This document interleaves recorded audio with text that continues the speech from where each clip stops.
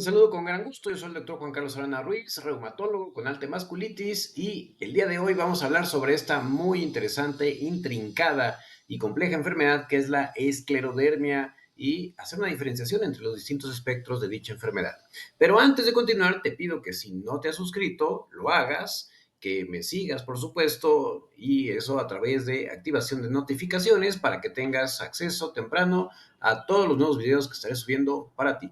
Y, por supuesto, comparte este video con quien tú consideres que pueda ser de gran utilidad.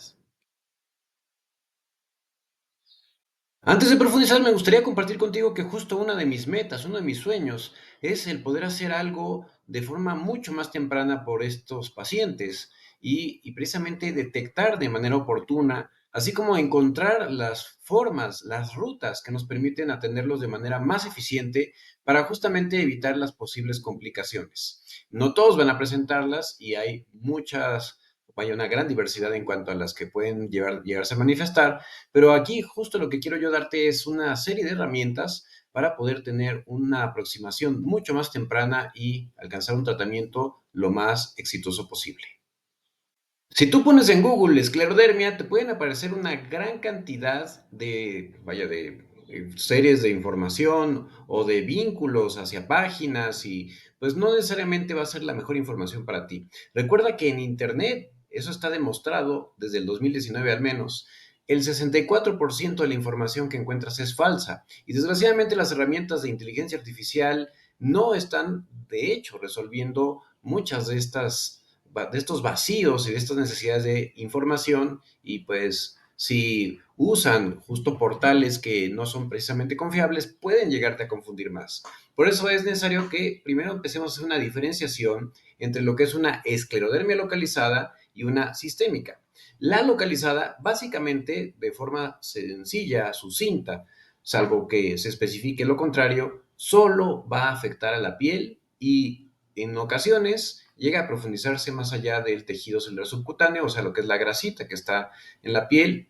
e incluso los primeros tejidos que están pues antes de llegar al músculo o al hueso. En tanto, la esclerosis sistémica, aquí sí suele haber compromiso de órganos internos, que es muy variable dependiendo de si se trata de una sistémica difusa o una limitada.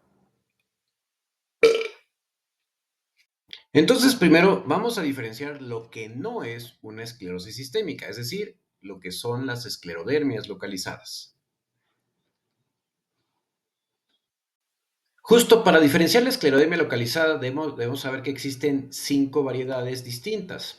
De acuerdo a la última clasificación aceptada, que es la que propone Pearson y colaboradores, y esta fue justo expuesta en Italia en el 2004, podemos definir que existen estos 5 grupos, siendo la morfea circunscrita la más común y la que usualmente es de mejor pronóstico en cuanto a lo estético y lo funcional. ¿Por qué? Dado que esta suele ser, de hecho, la superficial, lo más habitual, y únicamente afecta la piel, y la profunda, si llega a presentarse, prácticamente nunca sobrepasa más allá del tejido celular subcutáneo, es decir, la grasita. Esta, lo que la caracteriza es la presencia de estas placas, precisamente, que puede verse aquí el borde activo y en el centro la atrofia por el depósito excesivo de colágeno debido a la hiperactivación de los fibroblastos. Esta otra, que es la esclerodermia lineal, es, bueno, pues la imagen es muy ilustrativa de en qué consiste, puede ser muy deformante y algo muy típico es esto que se llama en coupe de sable, que es o en corte de sable, en donde de hecho puede haber profundización de la lesión más allá del tejido celular subcutáneo. No es raro, de hecho, que abarque las aponeurosis inclusive, o vaya, las membranas que recubren los músculos o el mismo cráneo en este caso, e incluso en el 4% puede profundizarse más allá y llegar a afectar el cerebro, el 3.2% los ojos, y muy rara vez puede también llegar a afectar otras zonas del cuerpo, como el tórax, y atravesar las costillas hasta el corazón y pulmones, aunque no poniendo en riesgo la vida, pero sí siendo bastante incapacitante. La morfea generalizada se caracteriza porque existen al menos 3 áreas con placas, sin llegar a ser completamente extensa, o sea, va a haber zonas todavía respetadas de la piel, y vaya, esta no habitualmente no se extiende mucho más allá del tejido celular subcutáneo, pero puede llegar a suceder que llegue incluso hasta la grasa, aunque a pesar de que es mucho más extensa vaya, su repercusión, muy rara vez, extremadamente infrecuente, tiene repercusiones en órganos internos. Podríamos decir que la morfea generalizada es no otra cosa que una manera más grave, pero que solo afecta a la piel, de la morfea circunscrita. A diferencia de la panesclerótica, que esta sí tiene una extensión en todo el cuerpo y puede ser sumamente incapacitante por el efecto que tiene, pues no solamente sobre la piel, sino que puede involucrar incluso los tendones y rara vez más allá de esas estructuras, pero al final por una rigidez generalizada debido a la pérdida de la elasticidad de la piel, pues claro que tiene consecuencias, especialmente en la locomoción y por supuesto estéticas y funcionales. Y la morfea mixta, que pues tiene dos o más tipos de alguna de estas. Habiendo tenido claridad en eso, entonces ahora sí hablaremos de propiamente lo que es la esclerosis sistémica, aunque me enfocaré en esta ocasión mucho más en la forma limitada, que de hecho es la más frecuente. El fenómeno de Raynaud es la primer llamada de atención. ¿En qué consiste esto? Bueno, en cambios de coloración que usualmente se presentan en las manos, pero también pueden verse en la nariz, en las orejas y en los pies. Y algo muy característico es que se acompaña primero de una fase isquémica en la cual hay una cerrazón de la luz de los vasos sanguíneos debido a un espasmo y eso lleva a que pues, haya disminución del flujo o incluso pérdida del flujo sanguíneo con la característica disminución de la coloración o la palidez de las zonas afectadas, tal como podemos ver justo en esta imagen, y después le sigue una fase de cianosis, de azulado, debido a que pues, hay una disminución del flujo sanguíneo, hay una disminución de oxigenación y hay un aumento de la concentración de dióxido de carbono. En muchos pacientes viene posteriormente una fase de hiperemia reactiva, en la que los vasos al abrirse de forma intensa y tratando de compensar la disminución de flujo previa, entonces hacen que los miembros afectados se tornen de un color rojizo intenso. Esto es lo que se conoce como Raynaud trifásico, cuando únicamente suceden las fases previas, las primeras dos, se llama bifásico. 80-90% de pacientes con esclerosis sistémica van a presentar fenómeno de Raynaud y 33% va a ser su primera manifestación. De hecho, en las formas limitadas, perdón, más o menos pueden pasar entre 10 y 15 años antes de la aparición de los signos y síntomas típicos de la esclerodermia, el fenómeno de Raynaud, en tanto que en las formas difusas suele ser mucho más corto el periodo entre la aparición del mismo y las manifestaciones clínicas, que va desde unos meses hasta un par de años. ¿Cuándo hay que pensar en un fenómeno de Raynaud secundario? Ojo con esto, porque el fenómeno de Raynaud primario es frecuente en la población, de hecho 10 al 20% de la población sana puede tener fenómeno de Raynaud y un pequeño porcentaje, 10 al 15% de todos los que tienen fenómeno de Raynaud en realidad va a ser secundario y esto nos debe alertar especialmente si se presenta a una edad tardía, es decir, después de los 30 años o comienza después de los 30 años, si afecta además de los dedos que usualmente son los dedos, digamos, largos, también afecta el pulgar, o se afecta otras zonas del cuerpo como son la nariz y las orejas, y más aún si se acompaña de síntomas como entumecimiento, dolor, ardor,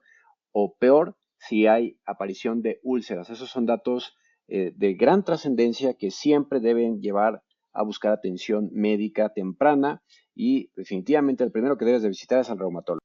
Ante cualquier persona que tenga fenómeno de Raynaud y se sospeche que sea secundario, hay que hacerse una capilaroscopia, que es un procedimiento que no duele para nada, e idealmente una videocapilaroscopia como las que vemos aquí, y no hacemos sino ver justamente el lecho unguial, en donde podemos ver en vivo y en directo los capilares. Esto lo hace tanto un dermatólogo con experiencia como reumatólogo. Y algo interesante es que un 15% de pacientes que parece que nada más tienen un fenómeno de Raynaud primario, es decir, que no tienen síntomas salvo los cambios de coloración en las manos, pueden tener cambios capilaroscópicos y esto tiene una gran trascendencia porque aquí se puede hacer no solamente un diagnóstico temprano, sino iniciar un tratamiento oportuno. 20% de las personas que tienen fenómeno de Raynaud y hay cambios capilaroscópicos, como lo que se encuentra aquí, van a tener una evolución hacia una esclerosis sistémica, pues más o menos en un transcurso de hasta 10 años, especialmente las formas limitadas. Y digamos, el tiempo que puede tomar esa transformación es de 29.4 más menos 10 meses, es decir, 1 a 2% de riesgo al año en el contexto de quien tiene cambios capilaroscópicos. Y bueno, ¿qué es lo que va a ver el reumatólogo? Justamente este tipo de patrones, en el caso de alguien que tenga pues, alteraciones capilaroscópicas, lo que se llama el patrón temprano, en donde pues, hay menos pérdida de capilares, donde se encuentran menos alteraciones, el patrón activo en donde ya hay capilares gigantes, empieza a modificarse, de hecho, la arquitectura de los mismos, y un patrón tardío en el que hay incluso pérdida de capilares y una deformación completa con neovascularización. Aunque se llamen temprano y tardío, no necesariamente significa que tienen relación con el tiempo. De hecho, justo algo que pude yo descubrir en mi tesis es que independiente del tiempo, más bien correlacionan con la gravedad y con la posibilidad de tener repercusiones orgánicas internas, y por eso es tan importante y tan valioso hacer este estudio. La esclerodermia es una enfermedad tan compleja como lo que la puede causar. Y a este menester, en realidad, sabemos que hay un trasfondo genético. No significa que haya en la familia alguien más afectado de esclerosis sistémica, pero sí existe agregación familiar, especialmente en algunas tribus aborígenes, indígenas, como por ejemplo los indígenas Choctaw, que se encuentran pues en la parte norte de Estados Unidos y en Canadá. Entonces son cosas interesantes, pero no es suficiente la genética, sino que hay una interacción de múltiples factores, dentro de los cuales algunos virus juegan un papel importante, como el citomegalovirus, el Epstein-Barr, el parvovirus B19, que no significa que alguien que se infecte con ellos vaya a desarrollarlo, porque de hecho las infecciones por estos virus son sumamente frecuentes e incluso, por ejemplo, el Epstein-Barr es natural que el 95% de las personas de más de 20 años ya hayan tenido en algún punto de su vida interacción con este virus y les haya causado desde un cuadro asintomático, una gripe, hasta el síndrome mononucleósico famoso. Los que sí tienen mucho mayor intensidad de riesgo de inducir la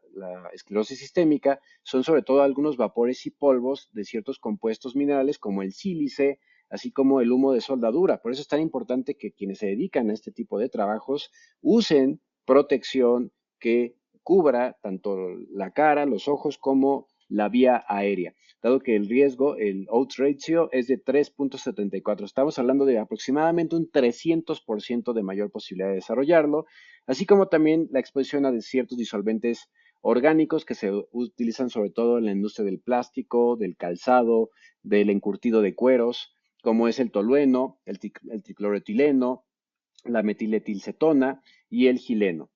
Algunos polímeros, como el cloruro de polivinilo, justo en la industria de los plásticos, y también se ha descrito que tiene cierto papel el microquimerismo, que es curioso, porque el microquimerismo a algunas mujeres, más o menos al 33%, de hecho tiene un efecto muy positivo sobre su salud, pero a otras pues resulta que no, incluso es deleterio, contraproducente, y en quien tiene un trasfondo genético resulta que puede inducir pues una esclerosis sistémica.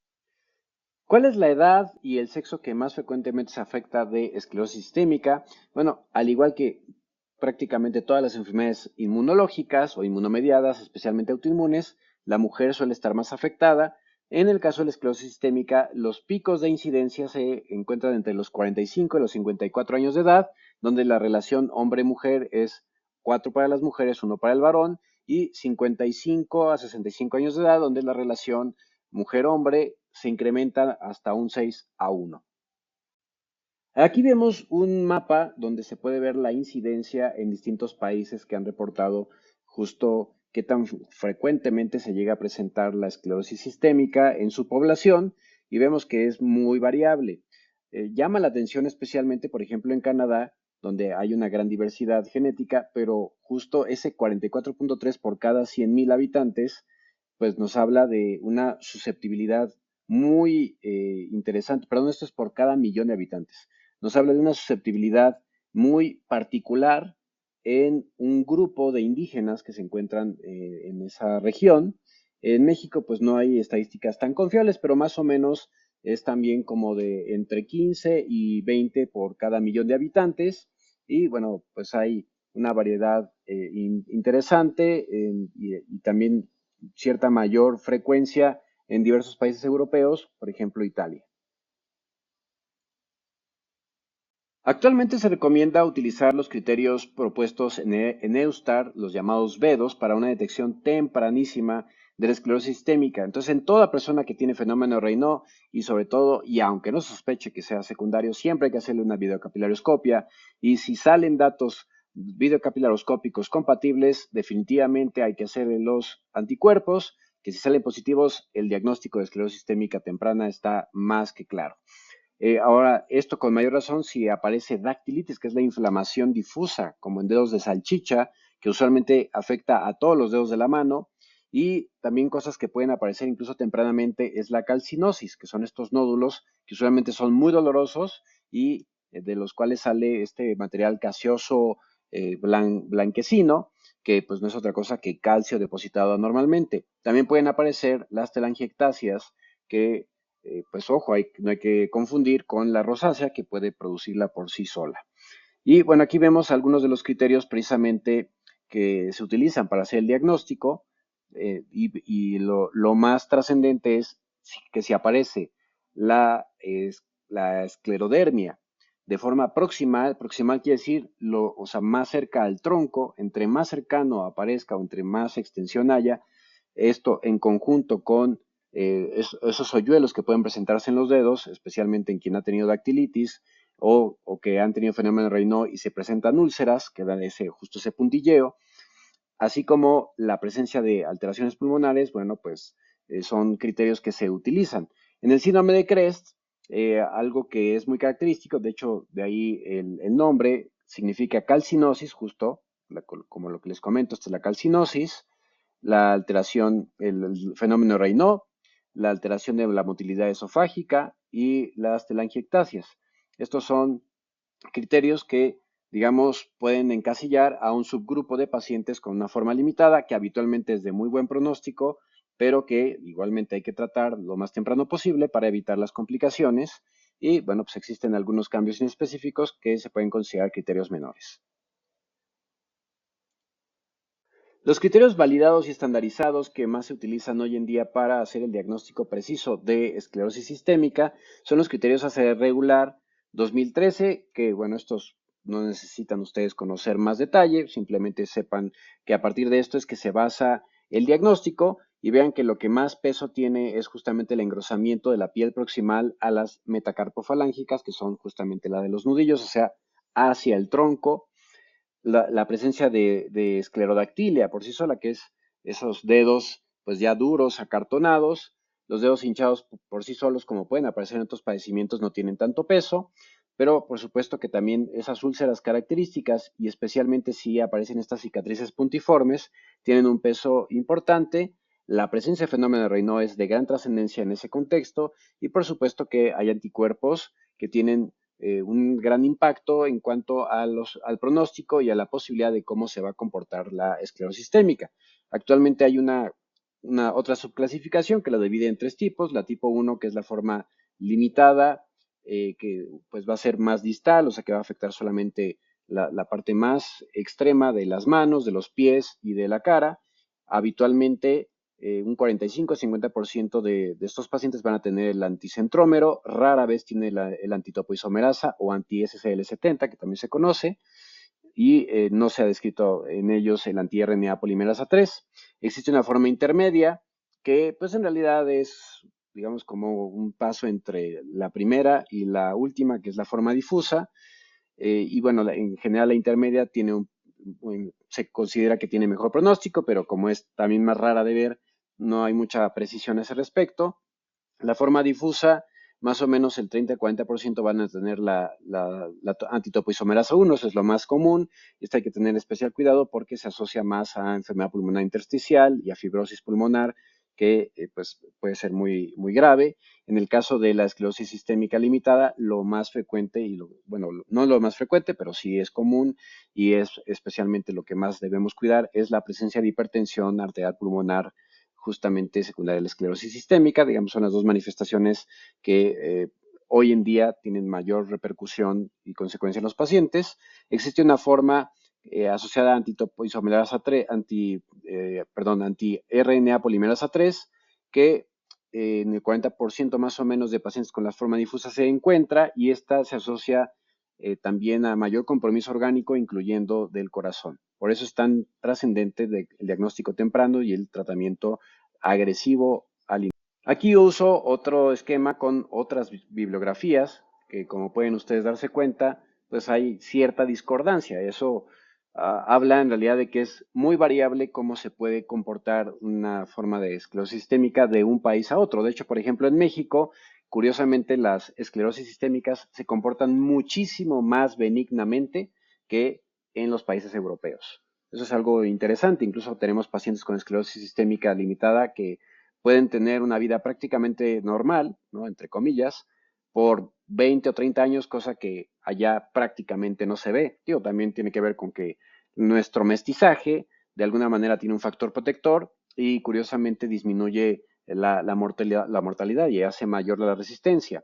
La esclerodermia limitada, algo que hay que tener especial cuidado en aquellos que tienen un fenómeno de Raynaud muy intenso y sobre todo con muchas telangiectasias. Eso nos habla de la posibilidad mayor de una hipertensión arterial pulmonar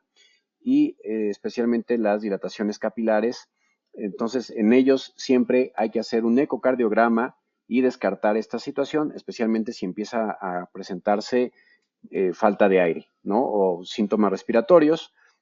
En la forma difusa, por el contrario, el compromiso orgánico pues suele ser más extenso y abarca pues tanto la enfermedad pulmonar intersticial como el compromiso de otros órganos internos.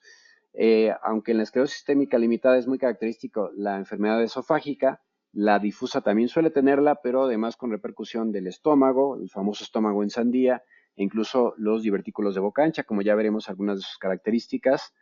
más adelante. Y ojo con esto porque existe una forma de presentación que se llama esclerosis sistémica sin escleroderma, es decir, que la piel está intacta, pero suele haber fenómeno de Raynaud y afectación de órganos internos. De hecho, de un 53 a 86% tienen afectado el esófago, el pulmón hasta un 57%. Puede haber mayor riesgo de crisis renal en estos pacientes, sobre todo porque muchas veces no se piensa, y a pesar de que la piel está afectada, pueden encontrarse telangiectasias hasta el 69.2% e incluso el pitting, que es esos hoyuelos donde hubo úlceras en algún punto del camino debido al fenómeno de Raynaud intenso. Más del 80% van a tener los anticentrómero y bueno, pues la verdad es que es muy variable cómo se va a comportar orgánicamente. Puede ser de 1.5 a 10% de pacientes. ¿Cuáles son los síntomas tempranos que deben hacernos alertar de una esclerosis sistémica, especialmente si ya tenemos fenómeno de Raynaud y aparecen estos? Y sobre todo, a una edad más temprana y a mayor tiempo de duración de estos síntomas, hay que tener especial cuidado porque eso ensombrece el pronóstico. La fatiga, aunque es algo súper inespecífico, si hay fenómeno de Raynaud y una fatiga intensa, definitivamente hay que protocolizar al paciente, más aún si se suma el edema difuso de manos, tal como vemos aquí, manos hinchadísimas, que lo característico es que suele ser más intenso en las mañanas y se acompaña de rigidez que dura 2 o más horas. También la presencia de reflujo esofágico, o sea, de regurgitación de la comida, agruras, o incluso dificultad para tragar alimentos, sobre todo alimentos sólidos, debe hacernos pensar pues justo en la esclerosis sistémica, si hay fenómeno de Raynaud. Porque, ojo, la enfermedad por reflujo es sumamente común, incluso aún en ausencia de una repercusión orgánica como tal, es muy, muy frecuente, y una presencia aislada de la misma no significa que haya esclerosis sistémica, entonces tampoco vamos a exagerar aquí. Pero si se acompaña de estos otros síntomas, definitivamente hay que pensarla más si hay la historia de Raynaud y la presencia de dolor articular o vaya franca artritis, que esto puede suceder hasta en un 12 a 65%, pues eso nos debe hacer pensar una esclerosis sistémica. Uno de los primeros datos de presentación incluso también puede ser un síndrome de túnel del carpo. La esclerosis sistémica pasa a través de 3 fases, las cuales son variables en cuanto al tiempo que toma cada una y por supuesto que es mucho más prolongado esta evolución en el contexto de una forma limitada que en una forma difusa, en la cual suele ser mucho más rápido, especialmente en la rápidamente progresiva que existe, desgraciadamente, y afecta aproximadamente a un 10-15% o menos de pacientes con las formas difusas. Bien, en la fase de matosa, que es justo cuando los tejidos están sumamente hinchados, es cuando idealmente debemos de tomar al paciente si no lo detectamos en la fase previa, que es lo que ya platiqué antes, o sea, con el fenómeno Raynaud y otras características, porque aquí tienen todavía una buena respuesta, muy buena respuesta a los glucocorticoides, que por supuesto deben usarse con mucho cuidado porque sabemos que pueden despertar lo que se llama crisis renal, que hoy en día ya es sumamente rara y afortunadamente es fácil de tratar gracias a que te contamos con los IECAS y los ARA2, que son unos antihipertensivos que se utilizan muy frecuentemente, como el enalapril, el losartán, etcétera. Después de eso, la fase de progresión en la que el hinchazón se acompaña posteriormente de una gran activación de los fibroblastos, los cuales empiezan a producir cambios en los tejidos, depósito de matriz extracelular y pues las consecuencias de la repercusión sobre los vasos sanguíneos debido a, vaya, que se empiezan a formar pequeños trombitos o bien alteraciones secundarias a la pobre nutrición. Y finalmente la fase atrófica, que es cuando la esclerodermia incluso se podría decir que entra en una quiescencia o en un adormilamiento, pero pues los tejidos pueden tener las consecuencias del daño acumulado. Aquí simplemente recapitulando cada una de las fases, podemos ver cómo es que se comporta en la fase de matosa, donde pues la esclerodactilia puede ser la primera presentación, o bien la dactilitis, como lo que se ve en estas manos, la hinchazón de la cara, y es donde se empieza a retraer la piel, y por ello aquí es donde debemos tratar agresivamente. Aquí vemos que hay una progresión y justo algo característico es que la piel se hace más dura, menos elástica y si no se trata agresivamente en las fases anteriores, pueden empezarse a formarse estas contracturas como las que vemos acá arriba o aquí abajo e incluso, bueno, las consecuencias de la isquemia por la disminución del flujo sanguíneo. Y finalmente en la fase atrófica, digo, la verdad es que es un caso súper duro, súper aparatoso, no crean que va a pasarles esto a todos, ¿no? Porque esta no es una historia natural de todas las personas. De hecho, no es común ver a personas así, al menos en México, pero puede suceder, sobre todo si no se atendieron tempranamente o si desgraciadamente no hubo respuesta o no hubo tolerancia al tratamiento. Y pues aquí lo típico es que la piel está ya muy adelgazada, el músculo también, y se hace una pérdida de continencia del pigmento, o sea, manchones, o incluso pérdida de, pues tal cual, de lugares de melanocitos en ciertas zonas. Algo importante es que hoy ya tenemos la alternativa de hacer un trasplante de células madre, pero pues que es algo desafortunadamente poco accesible, muy caro y con alto riesgo de mortalidad, pero bueno, en pacientes que tienen una rápida progresión es algo que se puede considerar. Y bueno, los órganos que más frecuentemente se afectan, ya a grandes rasgos los estuvimos platicando. Aquí me enfoco sobre todo en los que más pueden repercutir en el caso de las formas limitadas, donde justamente lo vascular es lo más característico, especialmente el fenómeno Raynaud, que pues, prácticamente la, la totalidad de pacientes van a presentarlo. Las úlceras digitales que pueden aparecer hasta un 75% de pacientes, sobre todo con fenómeno Raynaud grave, que no se trata más o menos a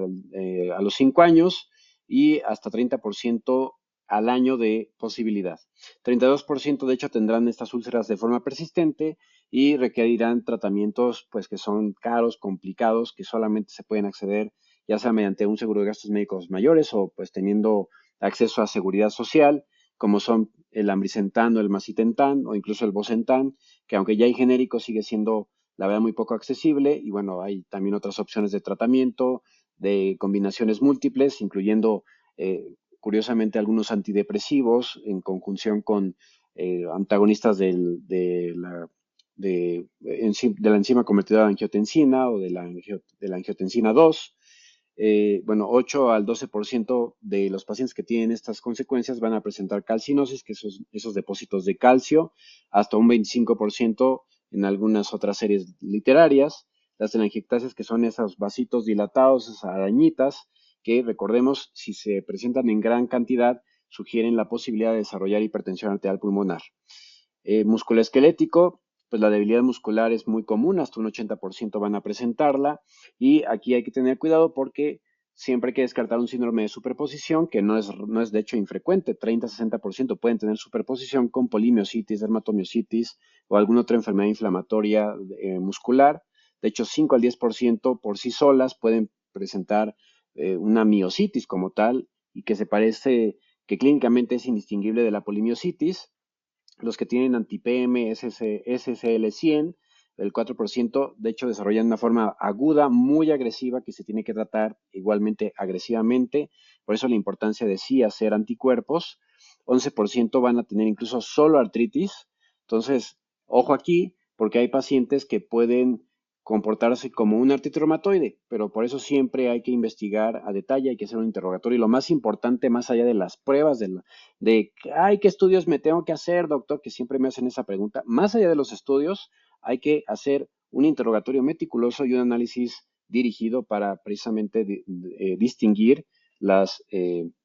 distintos padecimientos. Compromiso tendinoso con fricción en 13 a 15% y contracturas articulares en 31%. Esto sobre todo en las formas difusas. Y por cierto, la aparición de esto es mala señal y definitivamente habla de que el tratamiento no está siendo adecuado y se tiene que ser mucho más agresivos en el mismo. La hipertensión arterial pulmonar es clínicamente evidente en el 7.5 al 12%, sobre todo es más común en quienes tienen anticentrómero, pero resulta que la que es asintomática puede superar el 28% de pacientes, y por eso todo paciente con esclerosis sistémica se le tiene que hacer sí o sí, al menos una vez al año, máximo cada 2 años, un ultrasonido del corazón que se llama ecocardiograma. La gravedad suele ser paralela a los cambios capilaroscópicos, como ya vimos, o sea, es peor en los que tienen un patrón activo o tardío, y pues además del daño endotelial, disfunción que justo acompaña al Raynaud, pues también puede haber consecuencias, por ejemplo, en el corazón o en los vasos arteriales. Y bueno, pues esto fue lo que yo quise compartir el día de hoy contigo. Espero que haya sido de tu gusto. Pues no dudes en dejarme tus comentarios. Comentarios. Recuerda que aquí no es para resolver dudas de la consulta, pero sí, claro, dudas relacionadas al tema tratado, que sean sencillas, porque por favor, pues date cuenta que no me puedo dar, no me puedo dar todo el día de resolverlas. Y no olvides en seguirme en mis redes sociales. Aquí tienes justo para Facebook, Dr. J.C. Aranar, en Instagram, en Rehumanizarte, o en TikTok también Rehumanizarte, donde puedes encontrar videos exclusivos, novedosos, interesantes, en que pues justamente te doy mayor visibilidad, pues mayor cantidad de información de gran trascendencia para ti sobre las enfermedades reumáticas o aquellas que son inmunomediadas. No olvides seguirme si no lo has hecho, comparte y por supuesto deja tu like si te gustó. Muchas gracias, nos vemos en la próxima.